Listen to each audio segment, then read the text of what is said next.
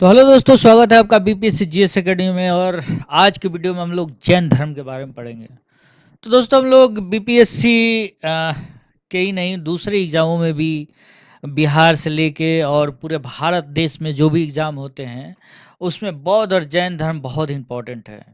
इसको हर छात्र को एकदम तैयार होना चाहिए इसको पढ़ने के लिए, क्योंकि जब भी एंशियंट इंडिया यानी प्राचीन इतिहास के बारे में बात होती है तो बौद्ध धर्म और जैन धर्म दोनों के बारे में अवश्य ही क्वेश्चन पूछे जाते हैं।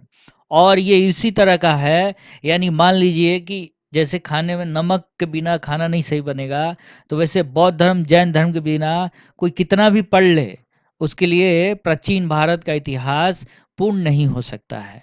तो दोस्तों, आप हमारे चैनल को सब्सक्राइब करें, लाइक करें और शेयर कीजिए। ठीक है, आइए अब शुरू करते हैं।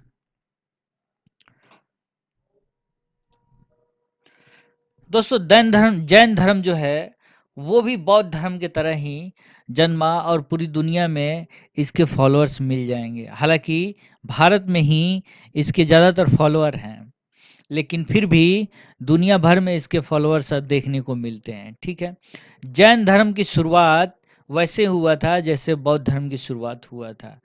600 ईस्वी पूर्व में 600 ईस्वी पूर्व में आपको मैंने बताया था कि पूरी दुनिया में 250 अलग-अलग धर्मों का उदय हुआ। दोस्तों, 250 अलग-अलग धर्मों का उदय क्या हुआ? ये आपका जैन धर्म, बौद्ध धर्म ही नहीं, बल्कि पूरी दुनिया में धार्मिक आंदोलन का एक तरह से समय माना जाता है। और इस समय आप देखेंगे, ईरान जो पारस कहलाता था, वहाँ जरथुरुष्ट, और चीन में हान धर्म का क्या हुआ है, उत्पन्न हुआ। और इसी तरह भारत में आजीवक संप्रदाय, जैन धर्म और बौद्ध धर्म का क्या हुआ, उदय हुआ। इन 250 में अकेले माना जाता है कि 50 से भी ज़्यादा अलग अलग धार्मिक समूहों का उदय भारत में हुआ। और दोस्तों, इनकी फिलॉसफी पढ़िएगा तो पढ़ के जो है आप आश्चर्य में पड़ जाइएगा, कितने ये दार्शनिक रूप से स्ट्रांग है और कैसे पूरे भारत के और पूरी दुनिया में इन्होंने अपना छाप छोड़ा। तो दोस्तों, आइए जैन धर्म के बारे में हम लोग पढ़ते हैं। जैसा कि आप जानते हैं कि जैन धर्म के संस्थापक महावीर नहीं थे, बल्कि जैन धर्म के संस्थापक ऋषभदेव वो प्रथम तीर्थकर थे। अब दोस्तों, आप कहेंगे तीर्थकर का मतलब क्या होता है? तीर्थकर का मतलब वो व्यक्ति जो सही रास्ता दिखाता है। तीर्थ मतलब सही रास्ते से आपको आपके कैवल्य के लिए, मोक्ष के लिए आगे बढ़ाता है, उसे हम लोग क्या बोलते हैं? तीर्थकर बोलते हैं। और जैन धर्म में प्रथम तीर्थकर कौन थे? ऋषभदेव। ऋषभदेव ने ही प्रथम तीर्थकर थे और जैन धर्म के संस्थापक भी थे। दोस्तों, आगे चलते हैं। जैन धर्म की उत्पत्ति का कोई स्पष्ट उल्लेख नहीं है। देखिए, ये इतना पुराना है कि इसका कुछ स्पष्ट उल्लेख नहीं है। ठीक है, और जैन धर्म के इस ऋषभदेव को इसके संस्थापक के तौर पे ही जाना जाता है। ठीक, ले, लेकिन जैन परंपरा के अनुसार 24 तीर्थकर हुए। तीर्थकर मतलब जैसे आप गुरु कह सकते हैं। और 24वें तीर्थकर कौन थे? महावीर थे। महावीर के बाद कोई और जैन धर्म में तीर्थकर नहीं हुआ। ठीक, अब देखिए, 24 हुए। 24 में प्रथम कौन थे? प्रथम तीर्थकर ऋषभदेव थे और 24वें महावीर थे। ठीक, जैन धर्म के जो है तीर्थकरों में ऋषभदेव और अरिष्टनेमी, इनका नाम जो है ऋग्वेद में मिलता है। ऋषभदेव तो प्रथम थे ही तीर्थकर और अरिष्टनेम 19वें तीर्थकर थे। ठीक, और जैन धर्म के अनुसार 23वें तीर्थकर पार्श्वनाथ को माना जाता है। जैन धर्म के 23वें तीर्थकर पार्श्वनाथ को माना जाता है। वो क्या थे? समेत शिखर पर कठोर तपस्या करने किए थे। ठीक है, समेत शिखर किससे जुड़ा है? जैन धर्म से जुड़ा है, और वहीं उनको ज्ञान प्राप्त हुआ था। इनके अनुयायियों को निग्रंथ कहा गया है। ठीक है, निग्रंथ यानी इंद्रियों पे विजय पाने वाले को क्या बोला जाता है? निग्रंथ बोला जाता है। ठीक है, जैन धर्म के अंतिम तीर्थकर यानी 24वें तीर्थकर महावीर को हम लोग मानते हैं और यही जो है वास्तविक संस्थापक माने जाते हैं। अब देखिए जो 23 तीर्थकर हुए वो क्या थे, उन्होंने जैन धर्म को आगे तो बढ़ाया पर वो प्रसिद्धि नहीं दिला सके। लेकिन महावीर जो 24वें तीर्थकर थे उन्होंने क्या किया, जैन धर्म को प्रसिद्धि दिलाई और पूरे भारत में क्या हुआ, यह धर्म तेजी से फैलने लगा। ठीक, महावीर के जीवनी के बारे में देखते हैं। उनका जन्म 540 ईस्वी पूर्व वैशाली के कुंडग्राम में हुआ और वह ग्रैतिक कुल के प्रधान सिद्धार्थ के पुत्र थे, यानी उनके पिता का नाम सिद्धार्थ था। ठीक, और दोस्तों महावीर के माता का नाम देखिए त्रिशला था। ठीक है, जो लिच्छवी राजकुमारी थी। इनके माँ और बाप दोनों क्षत्रिय कुल के थे और यह कहीं ना कहीं सम्भ्रांत परिवार से आते थे। इनके पत्नी का नाम यशोदा और पुत्री का नाम, एक पुत्री भी थी जिसका नाम प्रियदर्शना था। ठीक है, और पुत्री की शादी जमाली से हुई, यानी जमाली इनके दामाद थे और जैन धर्म के प्रथम शिष्य किसको माना जाता है, जमाली को ही। जमाली क्या थे, महावीर के दामाद थे। ठीक, महावीर भी कुछ महात्मा बुद्ध के तरह ही गृह त्याग कर दिए, किसके लिए, सत्य की खोज के लिए, मोक्ष की खोज के लिए। और ये 30 वर्ष की अवस्था में इन्होंने क्या किया था, गृह त्याग कर दिया था। जैन धर्म में कुछ तीर्थकरों के नाम दिए गए हैं और उनके सिंबल भी होते थे। हर तीर्थकर अलग अलग सिंबल को कैरी करता था। ऋषभ देव जैसे वृषभ को कैरी करते थे। अजीत नाथ जो द्वितीय तीर्थकर थे, उनका सिंबल यानी पहचान चिन्ह हाथी है। और शंभवनाथ जो तृतीय तीर्थकर थे, उनके पहचान चिन्ह घोड़ा है। शांतिनाथ इनका पहचान चिन्ह हिरण है। अरिष्टनेमी ये 22वें तीर्थकर थे, इनका पहचान चिन्ह शंख है। पार्श्वनाथ इनका ये 23वें तीर्थकर थे और सर्प फड़ इनका पहचान चिन्ह है। महावीर 24वें और इनका पहचान चिन्ह सिंह यानी शेर को माना जाता है। ठीक, आगे देखते हैं दोस्तों। इन्होंने घर छोड़ने के बाद 12 वर्ष की लगातार तपस्या की। 12 वर्ष की लगातार तपस्या की और तपस्या साधना के बाद 42 वर्ष के उम्र में इनको ज्ञान प्राप्त हुआ। और ये महावीर जो तपस्या कर रहे थे वो जुम्बिका ग्राम जमुई के पास है, रिजुपालिका नदी के किनारे क्या कर रहे थे, तपस्या कर रहे थे। अब इसको कील नदी के भी नाम से जाना जाता है। ये साल वृक्ष के नीचे बैठ के तपस्या कर रहे थे और इनको ज्ञान प्राप्ति हुई थी। जैन धर्म में ज्ञान प्राप्ति को क्या बोला जाता है, कैवल्य बोला जाता है। ठीक है, अगला है भगवान महावीर ने अपना पहला उपदेश राजगीर के विपुलगिरी में दिया। पहला उपदेश कहाँ दिया इन्होंने, राजगीर में। और महात्मा बुद्ध ने पहला उपदेश दिया था कहाँ, सारनाथ में। आगे चलते हैं। चंपा नरेश दधिवाहन की पुत्री, दधिवाहन की पुत्री पहली जैन भिक्षुणी बनी थी। ठीक, नेक्स्ट इनकी मृत्यु पावापुरी में 72 वर्ष की उम्र में 468 ईस्वी में हो गई। इनकी मृत्यु कहाँ हुई, पावापुरी। पावापुरी कहाँ है, राजगीर में है। और 72 वर्ष की उम्र में इनकी मृत्यु हो गई। महावीर ने जैन धर्म के प्रचार के लिए प्रकृत भाषा का प्रयोग किया, जबकि इनके ग्रंथ जो है जैन ग्रंथ वो अर्ध मगधी भाषा में लिखे गए हैं। ठीक है, बाद में संस्कृत का प्रयोग भी प्रमुखता से जैन ग्रंथों को लिखने में किया गया है। जैसे कल्पसूत्र, कल्पसूत्र जो है वो जैन धर्म के एक बड़ा ग्रंथ माना जाता है और इसको संस्कृत भाषा में लिखा गया है। यहाँ देखिए महावीर स्वामी के दो प्रमुख अनुयायी हुए। उनके मृत्यु के बाद उनके दो प्रमुख अनुयायी हुए। एक थे स्थूलभद्र और दूसरे भद्रबाहु। इनके बीच की तनाव और रोचक कहानियों के बारे में हमें क्या मिलता है? ज्ञान मिलता है, ठीक है? तो एक बार क्या हुआ कि भद्रबाहु जो है, एक बार क्या हुआ मगध में 12 सालों के लिए क्या पड़ा? अकाल पड़ा, दुर्भिक्षा जिसको बोला जाता है। और अकाल पड़ने के कारण भद्रबाहु अपने शिष्यों के साथ कहाँ चले गए? उरुग्वेला चले गए। कहाँ चले गए? साउथ में कर्नाटक में एक जगह है जहाँ जिसे उरुग्वेला बोला जाता है, ठीक है? और इनके साथ एक और महान व्यक्ति गया था वहाँ, किस लिए? सलेखना के लिए। यानी जो बुढ़ा हो गया था, शासक था और खुद को तपस्या में और सन्यासी जीवन जीने के लिए गद्दी छोड़ दी और इनके साथ चला गया। वो व्यक्ति कौन था? वो व्यक्ति था चंद्रगुप्त। चंद्रगुप्त ने क्या किया? ये भद्रबाहु के साथ दक्षिण भारत में प्रवास कर गया और वहीं पे तपस्या के माध्यम से इसने क्या कर लिया? खुद को समाप्त कर लिया। इसको निर्जरा बोलते हैं, ठीक है?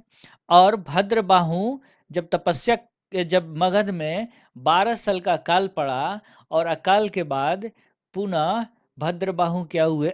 वापस मगध लौट गए।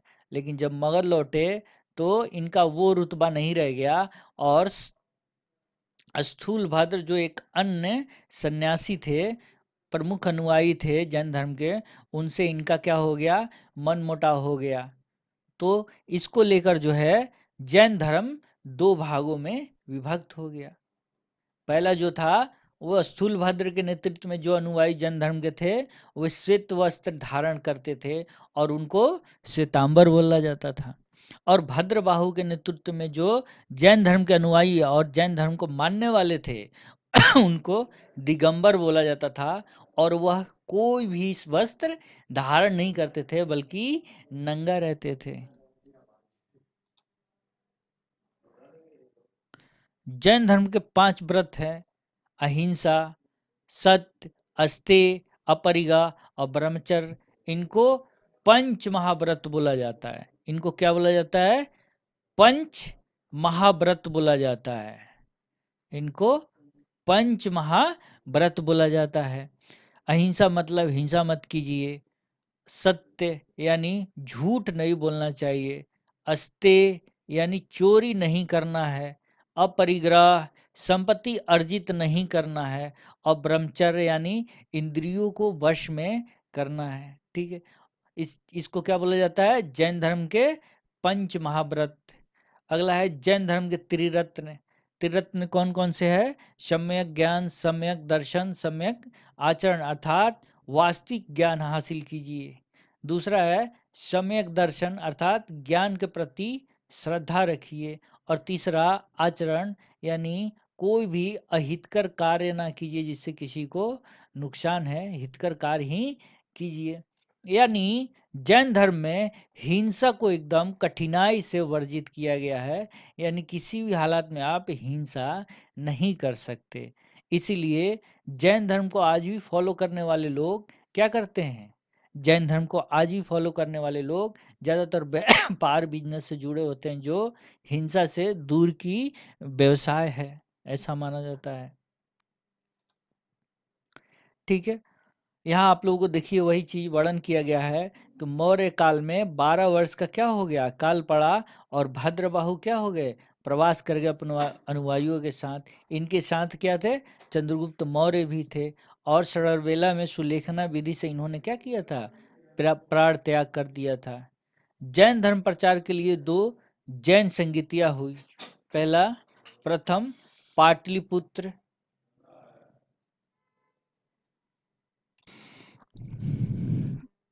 तो भद्रबाहु के साथ सुलेखना जैन चंद्रगुप्त मौर्य श्रावण बेलगोला चले गए, ठीक है? और श्रावण बेलगोला में सलेखना विधि से उन्होंने क्या कर दिया? प्राण त्याग दिया। आगे देखिए जैन धर्म के प्रचार के लिए 2 जैन संगतियाँ बुलाई गई थी। प्रथम 300 ईस्वी पूर्व में और अगला 512 ईस्वी में बुलाया गया था। प्रथम पाटलिपुत्र में जिसके अध्यक्ष स्थूलभद्र थे और दूसरा वल्लभी में जिसके अध्यक्ष क्षमा श्रवण एक श्वेतांबर आचार्य थे। जैन साहित्य के बारे में हम लोग पढ़ते हैं। जैन साहित्य जो है उस भारी मात्रा में जैन साहित्यों का क्या किया गया है, रचना की गई है। और जैन साहित्यों को क्या बोला जाता है, आगम बोला जाता है। जैन साहित्यों को आगम बोला जाता है।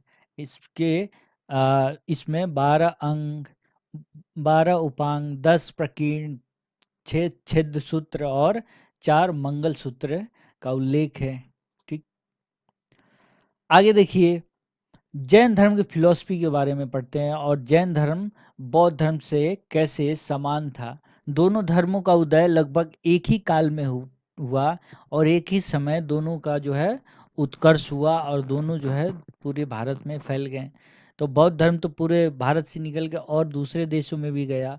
पूरी दुनिया में बौद्ध धर्म के मानने वाले फॉलोअर मिल जाएंगे। ठीक, पहला जो है, जैन दोनों ही धर्मों में अहिंसा और शांति दोनों ही धर्मों का क्या है, मूल मंत्र है। आप क्या रहिए, अहिंसक रहिए और शांतिपूर्ण जीवन जिए। ये दोनों धर्मों का क्या है, मूल मंत्र है। ठीक, दोनों धर्मों का उदय कर्मकांड, ब्राह्मणवाद, जातिवाद, छुआछूत आदि के विरोध में हुआ था। दोनों ही धर्म जो है ईश्वर की सत्ता में विश्वास नहीं करते। यानी दोनों धर्मों का मानना था कि जो कंसेप्ट ऑफ गॉड है, यानी ईश्वर की सत्ता है, ईश्वर का जो सिद्धांत है, उसको दोनों धर्मों ने क्या किया, इनकार कर दिया, मानने से इनकार कर दिया। दोनों ने ही क्या किया है, पुनर्जन्म में के सिद्धांत को पे विश्वास किया है। लेकिन याद याद रखिए, एक छोटा सा डिफरेंस है। बौद्ध धर्म में जो है आत्मा का जो है आत्मा का कोई उल्लेख नहीं है और आत्मा के जो कंसेप्ट है उसको मानने से इनकार कर दिया है। लेकिन जैन धर्म इसे क्या करता है, आत्मा कंसेप्ट को मानता है। ठीक है, दोनों ही धर्मों ने अपने प्रचार प्रसार के लिए जनता की सरल भाषा का प्रयोग किया। जैसे मगधी, अर्धमगधी, अर्धमगधी और पाली भाषा में ही दोनों धर्म क्या करते थे, अपने धर्म का प्रचार करते थे। ठीक, दोनों ही धर्म के स्थापना क्षत्रिय राजकुमारों के द्वारा हुआ। चाहे वो महात्मा बुद्ध हो या महावीर, दोनों ही क्या थे, क्षत्रिय कुल से संबंधित थे। दोनों ही करीब समकालीन थे। गृह त्याग के समय दोनों की आयु करीब समान थी।